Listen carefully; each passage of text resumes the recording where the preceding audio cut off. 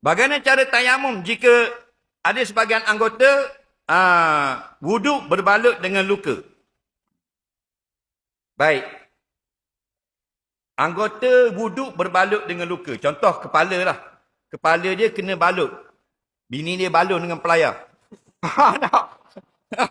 Nampak borang poligami duduk atas meja, balik pum. 15 jahit ni. Contoh lah dah. Tapi bukan orang batu berendang lah. Orang batu gajah. Nah, jadi balut sini tak boleh buka. Faham?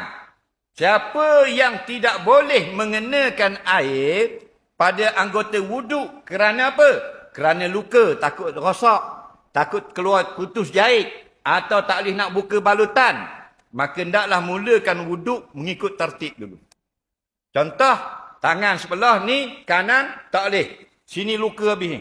Faham? Sakat ni tak boleh kena air. Okey? Wuduk apa dia dulu? Fabsilu wujuhakum. Wajib basuh muka dulu. Ambil wuduk macam biasa. Lepas tu, wa aydiyakum ilal marafiq, kata Allah. Tangan kamu pula sampai ke siku. Tangan kanan ada semen. Maka kita mula bertayamum. Di situ kita start tayamum, sapu muka dan sapu atas tangan. Lepas tu, sambung basuh tangan kiri. Lepas tu, sapu kepala, telinga dan kaki. Faham lagi? Jadi kena buat dua. Mana-mana anggota yang boleh kena air, mesti kena air. Yang tak boleh kena air, istibahatis solah. Nah, dengan tayamum. Soalan seterusnya.